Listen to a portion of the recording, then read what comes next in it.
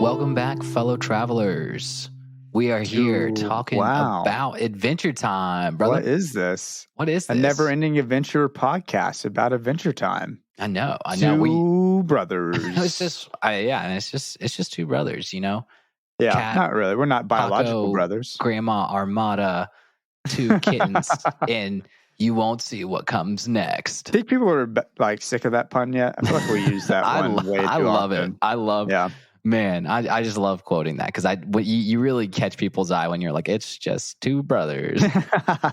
Well, anyways, y'all, this is a podcast about Adventure Time. Me not knowing the show, Ned loving the show.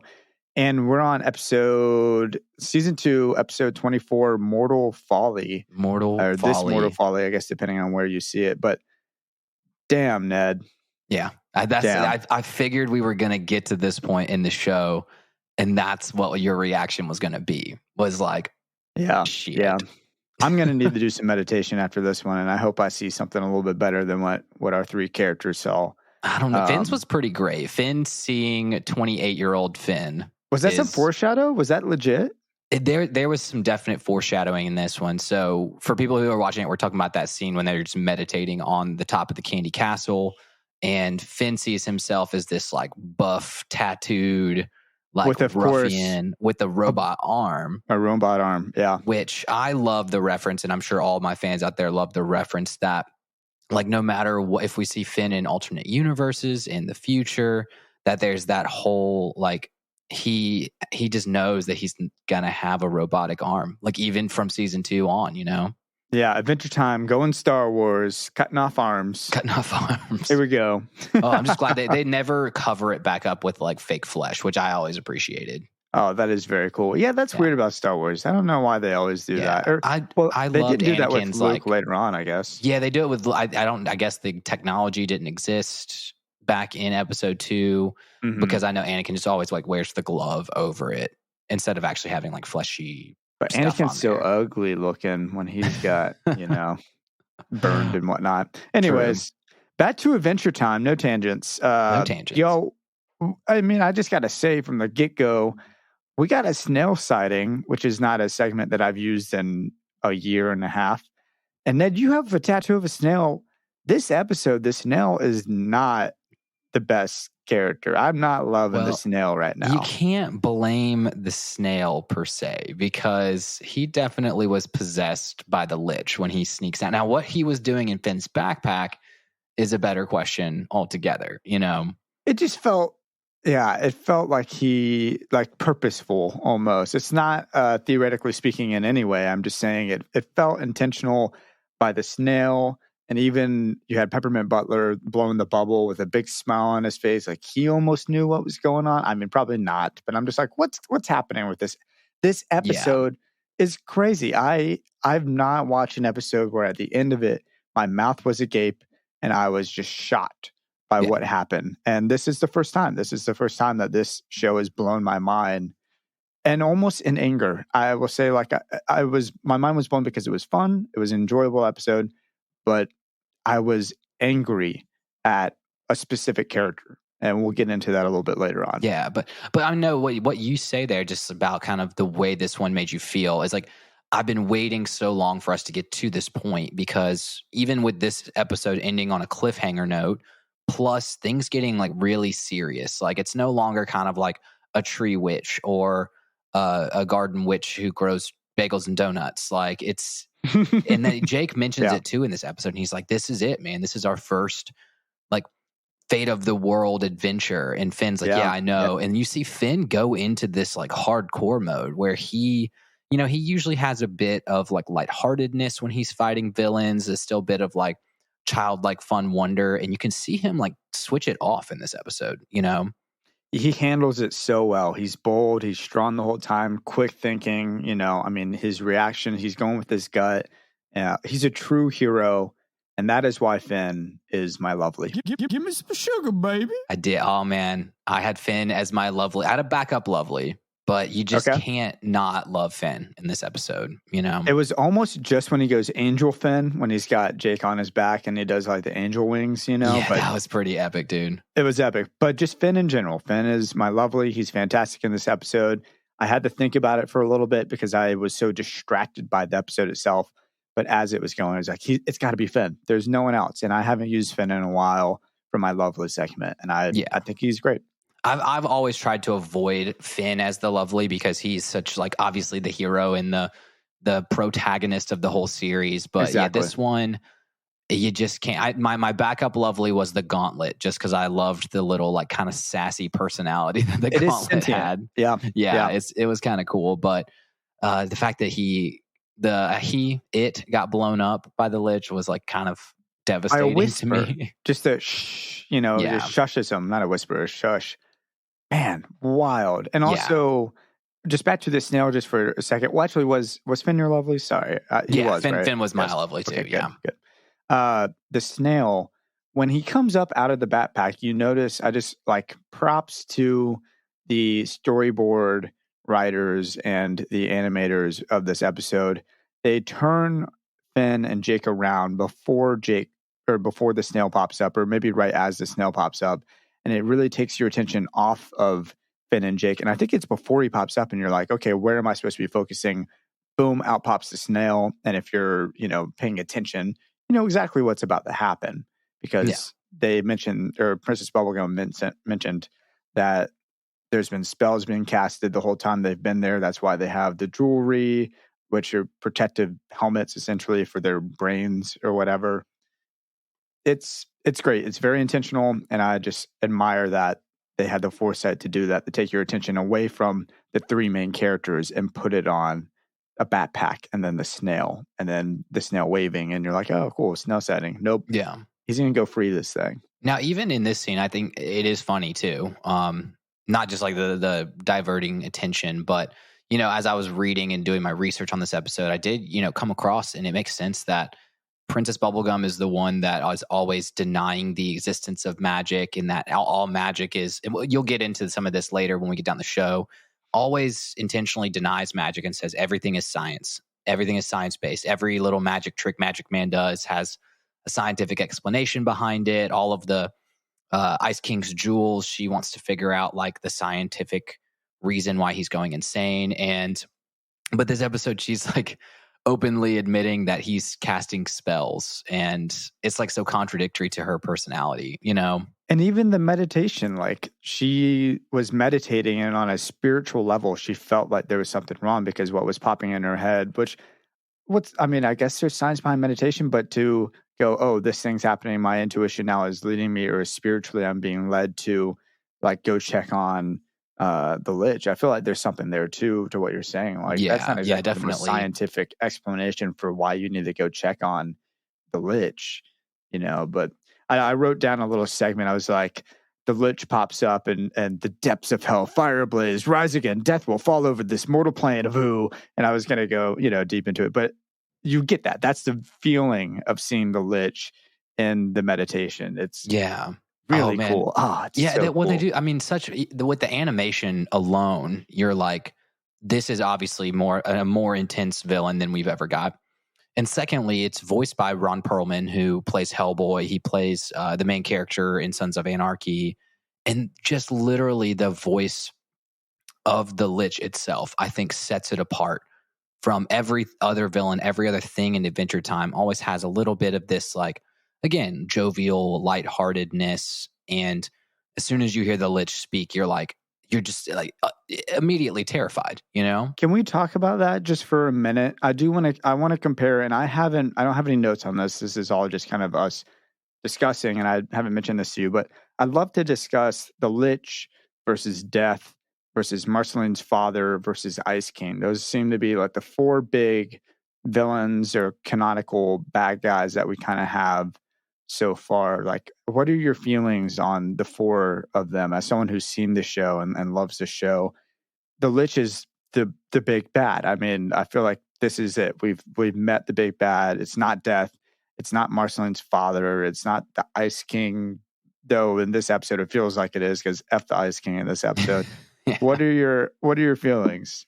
Yeah, my feelings on that is that there's a lot of uh, things in the Adventure Time universe and in Ooh that are inherently things that Finn wants to defeat because they're going to hurt his friends. They're going to be wrongtious, not righteous. I always like to repeat that when I'm talking about Finn versus evil.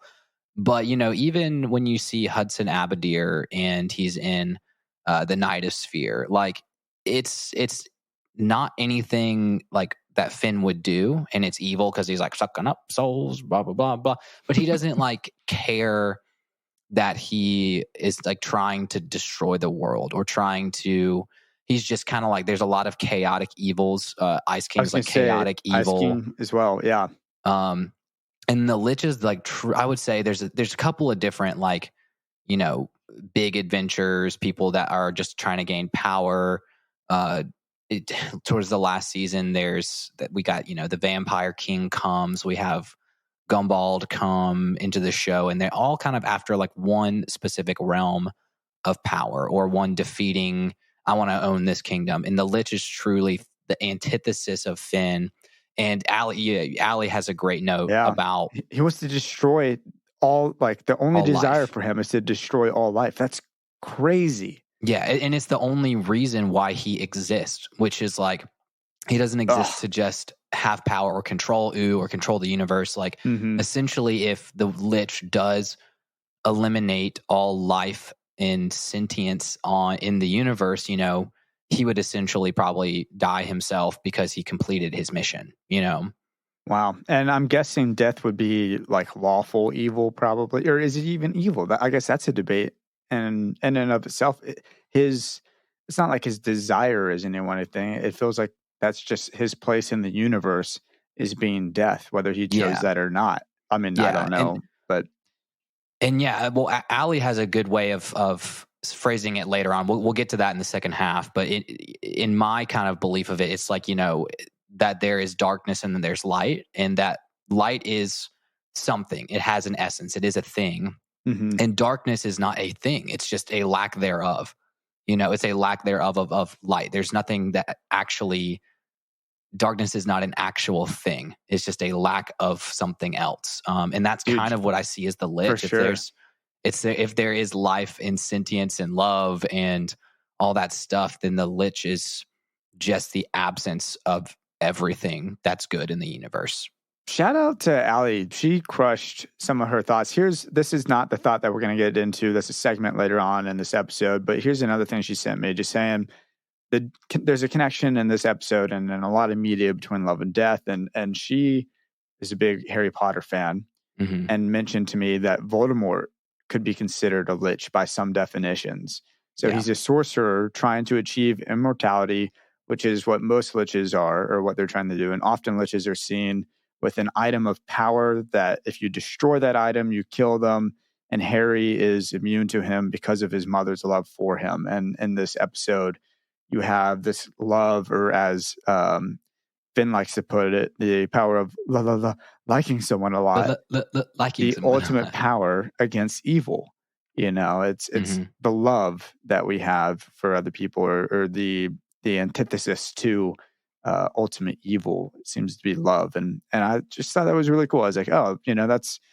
I mean, I like Harry Potter and all, but I would not have even known that Voldemort was kind of considered a lich in a way. Yeah, I mean, I didn't even. I thought about the Harry Potter thing easily when that came up, just because of Finn's the sweater, the bubblegum sweater that protects him, is very similar to the Harry Potter theme of Harry's mother's love protected him from Voldemort's magic. But I did I did some research on liches just from like D&D lore and stuff like that, and came across some really great things. Like liches are technically like a being that's using a magic to prolong their life or bring themselves back from the dead. Um, they retain all their memories, so from past lives. They're typically created by a ritual, but they can accidentally happen. They hoard magic items. Their greatest ally is time because they're immortal. So they always use kind of this like patience, time aspect to their advantage, which you can see this Lich in this episode. It's just like waiting out that time when he can perfectly get 100%. out. And that comes up again when the Lich, I'm not going to spoil her because it's going to just mean nothing to you. But the Lich gets stuck in the time room and he just like stands there still Hmm. because just waiting on an opportune moment. And so they think the Lich has been defeated, but he's just like literally just like sits in the corner of the time room and just like doesn't do anything. He doesn't Goku it and just start training his push-ups and sit-ups and crap. Exactly. Dragon Ball reference. After searching all that, I thought that was very interesting. But then I tried to tie it back to like Adventure Time lore. That obviously there's something having to do with the Great Mushroom War and the Lich. It's the same green, gloopy ghost things you see. The It's the same like mushroom. you see the mushroom cloud in this one when he gets back to his like well of power. My theory is that obviously there was some sort of like atomic bomb that went off. It started this thing, and the Lich and that radioactivity is the Lich. And I saw a great theory online, and I'd love to get your thoughts on this. Okay.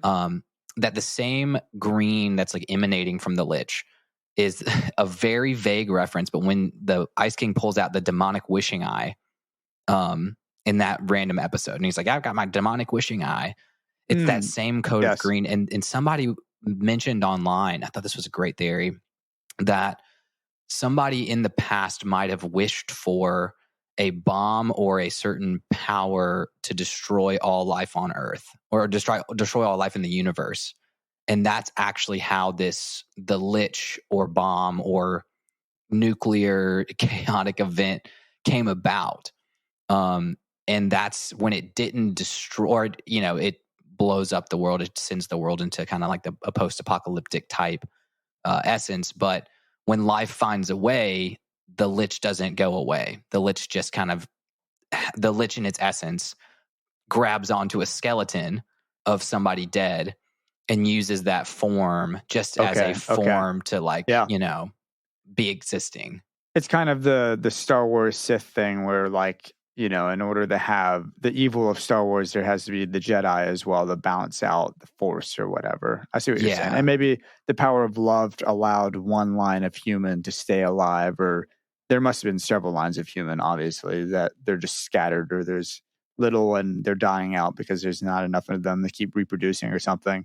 That's really fascinating, man. Yeah. But it got deep in some other like theories that, Marceline's half demon, so she couldn't die in an explosion. That Simon didn't die in the explosion because he has the crown.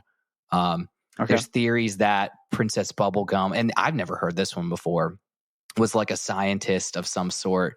And when the bomb goes off, that she turns herself into Bubblegum to survive. And then that's how she is like, she was something in the past and turned herself into bubblegum to survive a nuclear explosion. So it's all great. So that's the whole concept of like life finds a way. But that's the reason why the Lich is like, if it was a weird wish from somebody in the past, that it still exists. And it's just on that continual, like one track mind. I'm just going to do anything to eliminate life in the universe. And what saves Finn, though, I do want to ask you, because you mentioned this earlier, it's not the sweatshirt. It's Finn getting the sweatshirt and then realizing that he has this love for Princess Bubblegum, right? It's Finn's love, not Princess Bubblegum's love for Finn. Because I can't read her. I just be honest, I can't read her in this episode. She says that she cares about Finn, and then she has this really awkward, like fully back stiff hug, like a mother to a child, like, come into my chest, young lad. It's a very motherly hug. It is weird, but or not. I guess motherly hugs aren't weird, but no, because it's weird just because we've talked about PB being flirty the whole time, and I do think I kind of got weirded out with like what's her intentions here, and at this point I think maybe she does realize in this episode that this is something that Finn might go off and kill himself trying to defeat the Lich, and that she realizes, and it's probably more of this motherly type love. Like, I raised this kid to be my champion for the Candy Kingdom. This is his moment. I have to let him go. Yeah. And it was like her one last act of not loving him romantically, but like having that love for Finn. I think that's again why the sweater itself is important, So she stress eats a candy cone an ice cream cone man. I get it. It's like a third time we've seen her eating her own people too. So. It's true. In this secret room that honestly isn't all that secret. If we're just being honest, I don't know how Ice King knows about this secret room, but any room that is on the exterior of a building probably isn't that secret because it's pretty obvious that something should be there. Yeah, she I think she just calls these all secret because she's the only one that knows about it. Because there's not like candy people wandering up into her Ice King knows. Freaking Ice King knows. Because he knows there's a latch on the window. He's like, no, not the latch. That was such a funny part. That's the only good thing about Ice King in this episode is that one line. Well, I was going to say not the latch, and then my tops of the episode was definitely hey. When he rolls into the window, he's just like hey guys. That's funny. Well, but see, he's with the Lich. Why does the Lich know Finn's name at the end? Is there a reason for that? Is it just he's just this all-knowing evil or embodiment of evil? Like you said, maybe he took over a skeleton, and that's not really his body. I don't know. Yeah, I'm sure there's something a lot bigger than it just being like a skeleton wizard brought back to life. It's way more of an entity than it is a magic being, magic lore being, or anything like that. So I'd assume that's why he knew his name. Well, and he was in his head at that point too. So like once he gets into his head, he calls Finn out by name, you know. But he got that, man. Finn's got that willpower, that Naruto level willpower to break free of things at the last second. It was great. Gosh, Finn is so good in this episode. Yeah, dude, it blows my mind. And this goes back to my original point about Finn being a different kind of Finn. This episode is he rips that sweater off, rips it through the Lich's eye sockets, rips him, like literally just rips his skull in half. And I was like, oh my gosh, this is not fun, lighthearted adventure time. This is brutal at this point, It's awesome. And the Lich is laughing. He knows that he's not going to die. We know the Lich will be back eventually. Man, this episode ends with Princess Bubblegum falling in the pit. I'm assuming she's not dead. She's got to come back, I'm sure. Ned, is next week, this has got to be a part 2 type thing, right? Yes. And I made my first point when just even taking notes on this episode was I love that this is the beginning of a 2-part episode. And it really makes you start to, because everything, and maybe we've talked about this once or twice, where you have to ask, you're like, well, are they taking into consideration things that previously happened? Is this like Family Guy where each episode kind of stands on its own and there's not really canonical chain of events that happen? The fact that we finally have a rollover episode and we're telling longer stories, and you see that the byproduct of one episode will lead to what's happening in the next.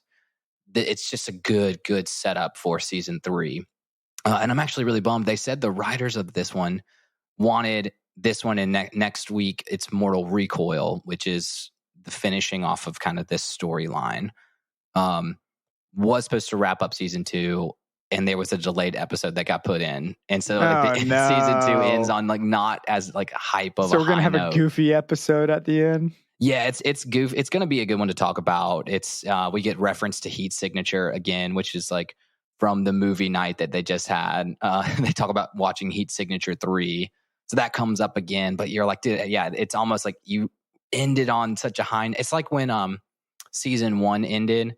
And then we finished with that weird, like, let's go, the gut grinder. And we were like, why did we end on the gut grinder? The episode that I wasn't even on. I know. It was so weird. It was weird for the show Adventure Time and for our audience members, because it's like, oh, all right. We don't have both our hosts this episode. But, I mean, Michael killed it, Yeah, he turned it into a good episode. I would have been so boring on my own on that one. That's good. Oh man, let's take a breather, dude. We're about to get into some even more heavy stuff, but just like it's so good. I want to make sure that we have just lots of good time to talk about more good stuff on the second half. Yes, please. Let's do it. Hey everybody, Starchy here. This is an FBI warning from the Candy Kingdom's FBI. This is our anti-piracy warning of the podcast. The unauthorized reproduction or distribution of this podcast or any of the copyrighted works by Never Ending Adventure is illegal. Starchy will come to your house and hit you over the head with a shovel. Criminal copyright infringement, including infringement without monetary gain, will be investigated by the Candy FBI and is punishable by up to 5 years buried in one of Starchy's graves or in a Candy Kingdom federal prison or a fine of up to 250,000 schmeckles. So don't you want Starchy coming and knocking on your door? You better not be reproducing, redistributing this podcast of any sort of kinds. Oh boy, you better keep me, Mickey Mouse, and all my IP out of this. Hi.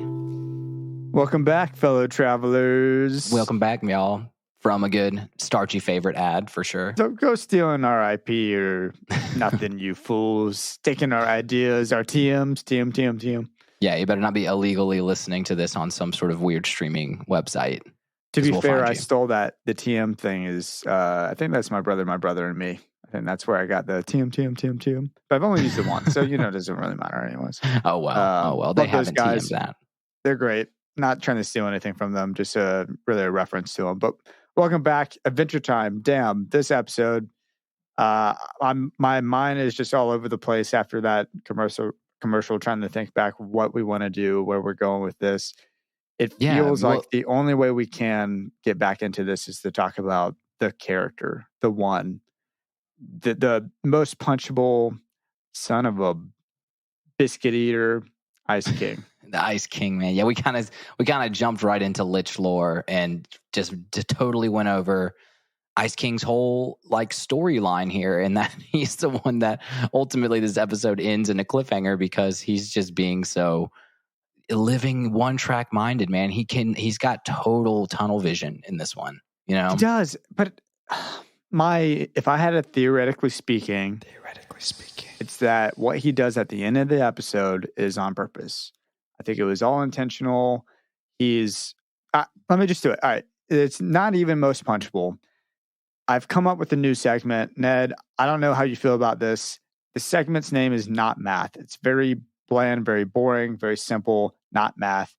Ice King is not math. I'm using it only for when I am really irritated or the level beyond the beyond of most punchable. Yeah. Ice King he's awarded himself his own segment this episode. I haven't seen what happens next. I know people think he's going to redeem himself one day, but here's my thoughts. I nearly forgot he even existed. We have had so many episodes without the Ice King that it felt as though he wasn't even in the show anymore. And all of a sudden, he comes popping up. He kidnaps Princess Bubblegum, and he's just oblivious to reality, the weight of the Lich being freed, despite he's got to be old enough. He's a wizard. He's got to know of the Lich, right? Or be aware of the Lich. And yet he just totally ignores all of that. He sees the Lich at different points in the episode, and he's constantly going on his way, getting himself in front of Jake and Finn and stopping them with ice or whatever. And he thinks that only about himself and in this insane fantasy that anyone will ever love him. I'm getting aggressive now. That anyone will ever love him, and then drops Princess Bubblegum. Sorry. Drops her into the Lich's well of power. And it was intentional. And Ice King is not math this episode. Nope. That's all I got to say. I'm sorry. I took that over. That was a little bit of a rant. But gosh dang it, dude. You needed to rant about this because I agree with you. And actually what you said about him just not appearing for so many episodes that you kind of just stop thinking that he exists. And I think that's huge. I think, and this is my theoretically speaking, is that we don't see Ice King so much. And every time we see him, or every time there's a true episode about him, you think we make some progress. We've made some progress when he was trying to date all those princesses, when he's like, when he sees the cosmic owl and he's like, I'm still not happy, but he felt a little bit more humanized. Now, my theoretically speaking comes into play here when it's like the longer we don't see him, the more it's probably the longer he's been locked away in his Ice Kingdom with his sentient snowmen and penguins. And I think his wizard madness just gets worse. So the longer he's secluded, the further he transgresses back into his original ways. He's forgotten about the times that he spent with Finn and Jake, the lessons he's learned about maybe I don't want to date princesses anymore. He just, the longer he's secluded, a recluse, that he slips back into that wizard madness, and he can't help it, but it doesn't make him less punchable. But That it is kind of it makes it make that's a more good theory. sense, like why he comes back Yeah. into play, and he's just like as annoying as he was in episode 1 of the show, you know? We had episodes where he was hanging out. He had that realization of like maybe he just needs a friendship, or like Exactly. that episode where he spends so much time with Finn and Jake, and then I think he like falls asleep. I don't. I just, dude, you're almost convincing me, and I hate that because I just would be so mad at this effing dude. And you're like, no, like I think the crown or whatever or something is causing him back into madness. Yeah. Man, Well, gosh, and I'm out of breath. I was so angry.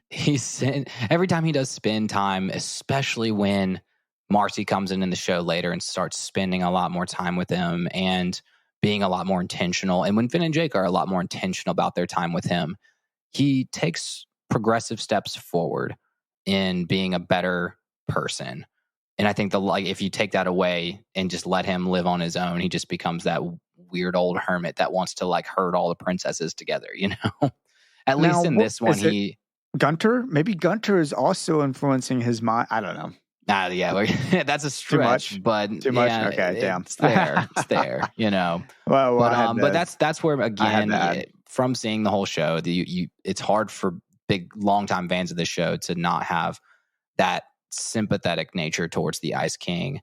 But in this one, it's just like, dude, come on. Like, he's just so annoying, man. Yeah. He keeps popping up. He pops up, I gotta say, he probably pops up 4 or 5 times throughout the whole thing, whether it's going to get PB or stopping them in like 3 different ways. It's so weird. It's like Ice King. It's almost like he doesn't see the Lich. Like, especially when they're chasing him down in the boat and they, have Billy's gauntlet and they're speeding after him. It's almost like the Ice King just pops up and it's almost like he doesn't see the Lich. It's weird, you know? It is super weird. There was something I just wanted to bring this up too. I mean, also, like you said at the beginning of this, the first Fate of the World deal. And I think that is why it bothered me so much that Ice King is over here messing it up. It is such an important moment for Finn and for Jake and for the world of Ooh. And all Ice King can do is think for himself and think about, I gotta marry a princess. Like, I'm not gonna ask Princess Bubblegum whether or not she likes me or wants to marry me. But hey, Finn and Jake, you seem to be her parent, her dad, for some reason. Yeah. Give me permission to marry your daughter, the princess. Give me the blessing. Yeah. So ridiculous. But there is a moment when I guess Finn and Jake are running, which again, we get to see Jake just running using his legs and he's out of breath. And Finn's like, come on, let's keep going, which is interesting because he's definitely a character who in the past we've mentioned doesn't really love running or doesn't run much. Yeah. At least when it's not with his powers. Exactly. But they're going and there's a fork in the road and they go left and then Ice King comes out of nowhere and knocks Finn over to the right side of the fork. This doesn't play out in the episode at all, but I just thought it was really fascinating that they kept running right. And because of Ice King, maybe that slowed them down. Maybe they could have gotten to a little bit faster, but they went off their path, a very obvious left path, and went right because of the Ice King. Just little things like that really bothered me throughout the whole episode. There was one thing that bothered me, and I don't know if you noticed it or not, is that Finn, and sorry, I'm just totally diverting away from your Ice King-ness. No, all good. I need to come down your note with that. about switching paths, that's very intriguing to me because it's kind of like, were they on a better path? I think maybe I'm a believer more of like things happen how they're supposed to happen, but the fact that they kind of already got to the Lich in that when he was already at the Well of Power and didn't catch him beforehand. I don't know if they could have stopped him beforehand with Billy's gauntlet anyway, so it was predetermined that Ice King would be there and would be stopping them, that sort of a vibe. Yeah. And it's also, it comes into play, like Finn he just throws a rock at the Ice King. He doesn't try to he does try to hit Ice King with the gauntlet thing, but that threw off Ice King. That was really fascinating because Finn, out of pure anger or embarrassment or whatever it is, because Ice King's like, it's not like any of y'all want to marry Princess Bubblegum. And he gets throws flushed. A big old rock at him. And Ice King's like, whoa, I didn't expect him to do that. Yeah. So And I think it's Finn's interesting. trying to ignore he's trying to ignore the Ice King too, because he realizes that he doesn't want to like kill the Ice King. He's not the evil being in Ooh. And that, Ice King being there too kind of shows you that Finn is trying to save Ice King as well. He's not, if otherwise he could have just like blown up Ice King early on, or just, especially when he got the gauntlet to work. And that it's not Finn's uh, journey or destiny or adventure to go and just like kill the Ice King because he's annoying. That Finn's trying to save everybody.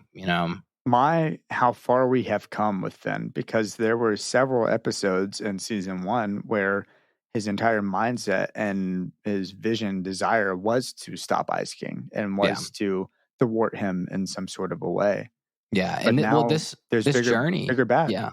Yeah. Well, this journey puts Finn in that mindset now of like, okay, this is it. Like, this is that it's not the Ice King that's the greater evil. It's not the Magic Man that's the greater evil in the world.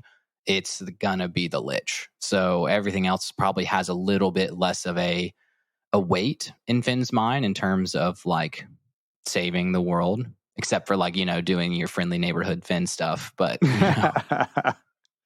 Yeah. I think the greater evil in this episode, other than the Lich and Ice King, if we really needed more, and the snail, could be our Jake mistakes. Making bacon pancakes. Yeah. Okay? I want to hear yours because I only have one, and I think it's I have a theory. I don't know. I just have one. Well, first off, Dingy Dog probably is not the best option. I think that's got to be a Jake mistake. Yeah, if he can, he's paddling with his little feetsies. Yeah, especially if he can grow to the size of like something huge, he could like totally just like grown huge and then like stepped across the ocean and gone pretty fast. But does he not know how like flippers, anything on your feet, like make yourself go faster instead of just a boat? I mean, it's nice that you can be a boat, but there's got to be better options than that, dude. I also have when he uses, I'm going to bark at him. Yeah, that was mine. I'm going to bark him. And I was like, it's a Jake mistake, but maybe it's finally, we're referencing that he's a dog, and that in his heightened sense of fear and defense, defending my owner, I'm just going to bark. And that's like his, like, you know what I mean? Yeah. Okay. It's that's almost fair. Yeah. So I was like, it was a mistake because he could have done so much more to help. Like, I can say that there were two cool non-Jake mistakes, was the Jake sword and, I don't know, Valkyrie winged ears or something, like whatever that scene was. The angel thing was sick. I disagree on the Jake sword. Jake sword also a mistake. Just because you're bigger doesn't mean you're sharper, nor that you weigh more or have more mass, Jake. Yeah, all true. You did was stretch out, and they were lucky the Lich was weakened. We know the Lich is weakened. He's going to the well power to try and get stronger. They would not have, and they didn't even kill the Lich. It's crazy, dude. The Lich is so powerful or so evil that just his essence of like fog of himself going through the tree burns a hole. Just like rots it, yeah. He got really lucky with Jake's sword. My other Jake mistake is when he could have saved Princess Bubblegum at the end. He could have stretched out his arms. Like, oh yeah, he could have done like stretch net, something. Could have done anything. Yeah. Fishing pole hand. Again, one of my top Jakes ever was fishing pole hand. Yeah, was like, yeah. Just done that. I don't know. I mean, I'm being a little bit nitpicky, but there were a weird number of Jake mistakes in my mind this episode. Yeah. Well, we can't be contradicting ourselves either, because, Jake does say this is the fate of the world moment. I think he really is giving Finn I'm not going to call it limelight, but Jake is the one that's just like, I'm here when you need me. I'm here to help you. I'm here to make sure you don't die. But in your nature of adventuring, defeating the Lich, this is your journey. This is your thing. It's the fate of the world. I guess he knows, like you're saying, he knows that Finn has to be the one to do it for some reason or not. Yeah, or another. And it's kind of like my overarching Jake thing is that he's always going to step in. He's always going to be the best sidekick ever. But not many moments is Jake going to take initiative on what should be done, unless it's kind of like a protecting Finn or what Finn tells him to do. Well, Jake's sword was also my tops, so I don't hate him that much. I mean, Jake's sword was fun. It was silly, but just not Not what we needed in that moment, Jake. Yeah, well, Appreciate the effort, though. the sword note here, because I kind of rewatched this one, and we Finn got the root sword back on the mystery train, and that's become his new sword. And I know PB brings up that the only way the Lich can be defeated is using Billy's gauntlet. So I don't know if Finn just doesn't bring up the sword, but especially once Billy's gauntlet gets destroyed, we don't see Finn inherently going back and I think it's trying the to only get the known sword. way. Yeah, I think it's the only known way of defeating him is with the gauntlet. I don't think Yeah. it's the only way specifically. Yeah, that's true. That's true. And so but that it's so just like non-characteristic of Finn, I think, to not just like like try to grab the sword. That's true. Like real quick. So I mean, that was kind of like I wouldn't call it a Finn mistake, but just a very interesting choice by the writers that he was and maybe he didn't have much opportunity to grab the sword, because I know the skeletons in the subway ripped his book bag off. So maybe he has no more of his like equipment and stuff like that. But they need to take all that dust, all the dirt or whatever that the Lich turned into, and go put that in the amber again or something. They got to do something with his remains, because yeah, he's well, not that's dead. what I was going to ask you. And just because you've never seen the show, I really want to get your perspective. You saw him just kind of like poof away. They destroyed the skeleton remains of the Lich. But what's your like theory / how are you feeling about the Lich in the full story of Adventure Time? Like coming back, the nature of him, like what's he gonna do? Well, he's got to get to the Well of Power. And I don't think Finn and Jake and all them are going to do anything to destroy the Well of Power. My guess is, as Adventure Time does, they might put like a caution tape on the subway entrance or something, Yeah. And I also don't think they're doing anything, like I said, with the dust of the Lich. I think somehow maybe the dust will flow into the Well of Power or something. I don't know. I don't have a theory about that. My guess is this next episode we're going to find out. Yeah, if it's a good part two. theories. Good theories. But I'm very intrigued by this next episode, man. Good. Well, because it's going to give you some answers, a little bit more answers, and just in terms of like the Lich in the universe altogether. But I'm glad that you put hyper focus on the Well of Power, because it comes up again, but in a really cool way. It's not as black and white. It's just like, it's not like, hey, the Lich just makes his way back to the Well of Power, and that's it's a little bit more complex than that, which is why gosh, I want to say so much, but I can't spoil anything. Right. Don't. Let me do. Well, not let me do it. I want you to do it. Allie sent us a big old paragraph of really interesting and deep thoughts. This is probably the deepest this episode's going to get, and we're toward the end of it. I think it's time. Neb, what should we call this segment? Yeah, I want to head and give it the name Allie H creates. What did I call it? What did I call it earlier? I can't remember. Allie H creates Tates. Yeah, Allie H creates takes. So and this I is think Allie said Allie Cat's analytical chats, but I like that too. That could be what it is, because I don't think Allie H creates is her Instagram handle anymore. Oh, okay. I still like referring to it, but yeah, Allie Cat's fun facts, Allie Cat's analytical facts, analytical chats. But yeah, no, this was a great one, because she always brings the more perspective on actual like Greek. This is not like mythology, but philosophy and all that. So bear with me. She's got a long statement on this, and I will probably mess up reading everything. So, but she says Plato, the old philosopher, believed that there are two different planes of existence: what we perceive and what we perceive and what is real or perfect, which exist on higher planes of knowledge. So he referred to these perfect concepts as forms. He believed that these things we perceive are either similar to a form or lack similarities to a form. This is a really positive way to look at the world, because it means everything is essentially good, and we just need to keep progressing to get closer to those ideals. Our being able to understand the higher plane of knowledge is a result of having a soul, because like all existence, humans have a body which is mortal and a higher ideal form which is immortal.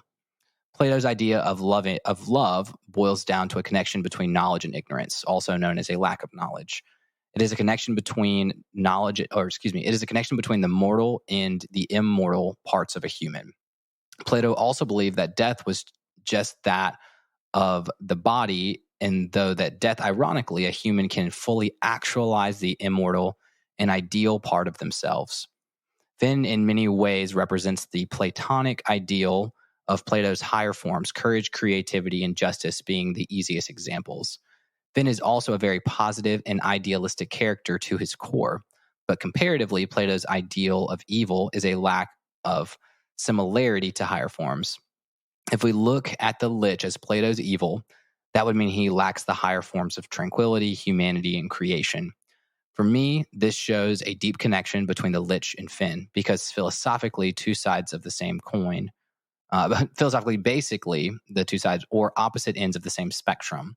I feel like in so many stories, love and death are connected, and it's interesting to me that both things are a connection to a human's ideal self. Finn uses love to become immune and defeat the Lich. The Lich, though, lacks ideals, and by being immortal, lacks a connection to his ideal self. This does not mean that he isn't smart or powerful, more that he lacks good.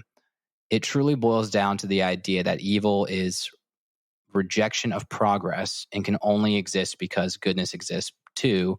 But deeper still is the idea that good will always defeat evil, or knowledge trumping ignorance when discovering your best and true self. Wow, So, Allie, man, it's a deep lot, one there. man. I've read it like 3 or 4 Get that times. published, Allie. Come on. I know. I'm like, do we need to Google this? Did someone else write this somewhere? No, I'm kidding. She's smart, man. She's got, dang, a deep, but good head. I love that she brought this up because again, I had a very, high concept of not, verbalizing this in such a very like smart and educated way. But the idea here is that, Finn is the true form, and his only, lack of that true form is the immortality aspect. And, that's what, he's always striving to be more human, the best human, be courage, be, give justice to other humans. But the fact that the Lich is the antithesis of that, the Lich actually, because of that whole like light and darkness, like light exists, darkness does not exist, but it's a lack thereof, that the Lich himself can't actually even exist if there is nothing. If he's not a life, he is immortal, therefore lacks any purpose driven to a true form. I thought that's really cool that it is a philosophical concept there.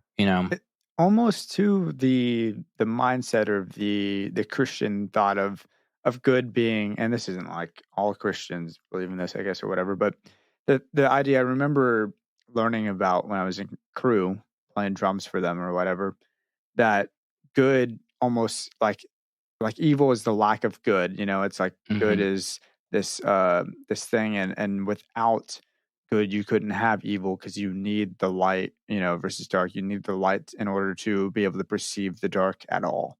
Yeah. Like to perceive something as evil, like, oh, I wish the world was all good. But if the world was all good, then like you just it couldn't be. At some point, I don't know where I'm going. My mind is all over the place now, but you're you know going on the right mindset of going. If Finn doesn't see the Lich and Finn doesn't see the evils in the world, then he wouldn't even begin to progress towards his true form. Exactly. Yeah. That it's because he's mortal.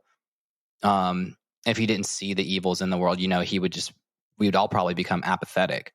Yeah, and I think it's really fascinating with Plato too, talking about how like you have the human, the mortal body, and the slightly higher ideal form of self, which is the immortal, your soul, or anything on the spiritual level. Yeah, it's deep and it's very fascinating. And I love that it is connected to Adventure Time in this way. And I'm sure when they were writing this episode, they probably weren't even thinking about this. They're just like, yeah, cool idea, but maybe they were. I don't want to discredit them. Yeah, I know. I think that they are definitely thinking about it in the sense that it's this just evil entity. It's not even something that can like hardly, it does, I don't even know how to phrase it. It does get defeated at one point, but it's not something that, again, in this episode is one and done. You beat up the skeleton body and boom, the monster's gone. There's always this entity of Finn's antithesis that's just trying to destroy all life, and it's everything that Finn doesn't represent. But ultimately will fail because good always prevails. But the same thing, if there is no form that the Lich is striving for, there's no like motive, there's no what you're striving for is the defeating of something that actually like defeats your essence. It's like almost like an impossible or improbable mission, I am really excited for more Fate of the World instances and ooh. And I don't think you need that to make a good story. I think we know there are many ways to write a good story, but every now and then just to throw in a little bit like, oh, this high stakes right here can feel really good. And it took us 2 seasons to get to it. And I think they did it wonderfully. I really enjoyed this Yeah. episode, and I am hoping the next episode blows my mind in other ways as well. Yeah. There's more, and I love that you use the term high stakes though, because there becomes more high stakes scenarios. Even if it's not like high stakes saving the world, it's high stakes Finn's relationship, high stakes Finn and PB's relationship, high stakes Finn and Jake's relationship, high stakes Jake and Rainicorn's relationship. And you get more connected with the characters and how they progress and how they grow. And they have more episodes that are like, this is something to truly test and to really make you feel something, not just like, hey, we're going on an adventure. Even though those are fun episodes. We love the dungeon episodes. We love the, defeat the evil cave monster episodes. But, truly the ones that make you feel. And the reason why we would even podcast on this show are for episodes like this, They almost need to do a mini series and call it like Stakes or something. Like, I feel like that would be really cool. Is that a fun? Is that good comedy? I don't know. Is that good comedy? That's why y'all come here. I know. For my comedy bits. Yo. Oh. I can't even do it now. Anyways, end of the episode. My brain is fried. Man, it's Sunday. It's beautiful outside. I think we need to wrap this up. And honestly, I'll probably, as soon as we're done with this, go watch the next episode and start prepping because I'm excited for this. Ned, do you have any final thoughts before we do lessons? Oh, no final thoughts, man. I can kick it. We can just go straight into lessons if you don't have any final thoughts. Let's do it. First one, never trust Ice King. Okay, what's yours? I say you always got to be careful when you're holding people near wells of toxic acid. And if you're dropping them, you got to be really careful. I love you, so I will set you free. So I love you, but I've decided to let you free. Well, way to go, Ice King. Big man of the hour right there. Yeah. So never trust Ice King. And then my other one is power is overrated. Love is all you need. Love is all you need. Love is all you need. Oh, very Beatles of you, Russell. Oh, I do my best. I do my best. I would say my deeper lesson would come really from Allie's, just like the way she's turned us thinking about this episode, and would just be very much like, be on the pursuit and grow in the way towards your best form, and that being the antithesis of evil. If you don't want to be, if there's something in your life that you're like, that's my, like, I hate the fact that this is evil in the world. My form is going to be, if it's like, what really is like my driver is homelessness, then be that your best form and like do the things to be your best person and help the homeless people. That's a good example, but like, you know what I mean? Like, give me an application. Like I said in the past, whenever you do something like this, I need an application for this week. What are you doing? Man. How are you applying that lesson? Putting you on the spot. Gosh darn.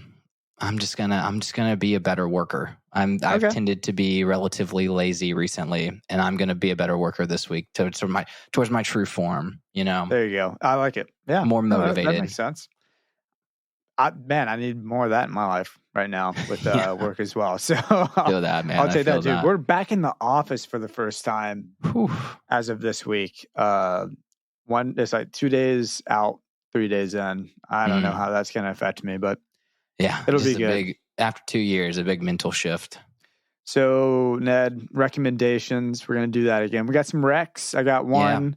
The other night, me and Allie watched Clue, the 1985 movie with Tim Curry. It was really freaking good, and I didn't know I needed that in my life, and I think it's going to be a reoccurring movie now for me, just because it's so good. It's done Yeah. great. I got to revisit that one. I watched that with it's one of Jackie's favorite movies from growing up. And we've only watched it once together. And I don't think I knew what I was in for. So I wasn't quite mentally prepared. And I need to watch it again and be like mentally prepared for kind of the absurdity that it is, you You know? know, when they're doing the like a knife, a gun, a rope, a candle, like all the different weapons for killing. Man, I guessed, like, we kept pausing it, and I was like, "Oh, this one's going to be a candle. This one's going to be a rope." And I guessed in order all the way up to a gun and a knife. I was That's so nice. close. Allie was looking at me like, "You're lying to me. You've seen this before," because it was It's cool. pretty Anyways, spot great on. movie. Do you have a ret this week? Yeah, man, I have a rec for anybody that's playing video games out there right now. Elden Ring has got to be one of the best games that they have made in a long time. Story wise, character wise, and lore wise, George R. Martin worked obviously very hard on this game as one And of the not main on his book. writers. Yeah. I'm probably not on any books recently. I have no idea, but oh my gosh, just so rich with that. It's a non like pay to play game, so like you don't pay for upgrades, you don't pay for magic. Everything exists in the game that you can find in to be defeatable. There's no like add-ons or DLCs or anything like that, which just makes it feel so accessible to everybody. And then there's a huge like I've played so many hours of this game in the last 4 weeks, and every time I pop on TikTok, there's somebody that's like, "Hey, here's a dungeon you've never found," and I'm like, "Whoa, I gotta go find that dungeon! I can't believe I've never found it before!" Like, it's Wow, I'm crazy. so It's like jealous. real life D&D, man. It's awesome. I need to play it. I probably won't get to it until, I don't know, like 3 or 4 years from now when I finally buy something I could play it on. Do you play it on your PC? How do you Yeah, I've play? got it on PC. I guess I wouldn't be able to do that on my MacBook, probably. Oh Not good yeah, enough. it would the RAM and the just amount of like power that it would need to go in, it would shut a Mac down like quickly. Dang, man. All right. Well, I just, I don't know. I just like Nintendo products. And so all I have is a Switch, as you know. But maybe one day when I can allow myself more time for not like productive work and just video gaming. I do enough with Pokemon at the moment. So, Yeah. you know, Whenever you can buy a used PS5, whenever that happens. yeah, for sure. Eventually, I mean, years from now. But Yeah, yo, for real. thank you so much. Man, another great episode. We're 53 in and going strong, feeling Going good. Ned, how do you feel strong. We about got this podcast? Pretty Man, cool. I'm feeling good that just like literally we've been very diligent. Pretty much what we launched this first episode mid-April last year, and we are almost to the date going to finish season 2 in pretty much exactly a full year, which is That's like so cool. that's awesome. That means through 9 seasons, 10-ish seasons of the show, just depending on what platform you're watching it on. Some of them break down the seasons really weird. Mhm. We've got 4 more years of this podcast left. And maybe, man, we'll see at that point if we're like, we got a legit following and it's becoming like a financial endeavor for us. It could be, I don't know. I dream sometimes. It could be something we do in other ways, other capacities. And I've also been thinking we need to do like I think we mentioned last week, like a meeting where we're talking through like what are the next steps for the podcast, but also like, man, followers, if y'all are really into this sort of a thing and y'all are demanding more, maybe we'll do a Patreon, and we can get on some like fun episodes there and have y'all build a community that is specifically never ending adventure people that wouldn't just be adventure time. Who knows, man? I mean, something to think about. The first step of that though is getting a sticker and reaching out to us. If you went on to Apple Podcasts and you did a review in the past or present, and you want to get a sticker, a Never Ending Adventure sticker from us, send us a screenshot of it. Take a shot with your phone or on your computer or whatever, and you can email it to us. You can send it on Instagram, like tweet it on Twitter or whatever, but show us that you did a review and we'll shoot you a sticker and get your address and figure that out, on a private way so people don't see it. But you can check us out, Never Ending Adventure Podcast TikTok at Never Ending Adventure Cast, Twitter, NEA_podcast. Again, you can email us always. Man, I love whenever we have a Traveler's Log segment on the show. NEA.travelerslog@gmail.com. Shoot us your questions, your thoughts, episodes coming up. If you have, we're going to, of course, do a season 2 review. So if you have like overarching thoughts on season 2, that would be really great. Anything y'all want to do, we'll try and take a week in between. Hopefully this will come out before then. But we'll be talking about it on Instagram and the socials and stuff. You can check us out on YouTube. And man, every Tuesday so far. yeah. Grinding on Tuesday afternoon on your way to work, way home from work. Check us out. New episode. Check it out. Next Tuesday. Ned, followers, travelers, party forever. And you know that I love you guys.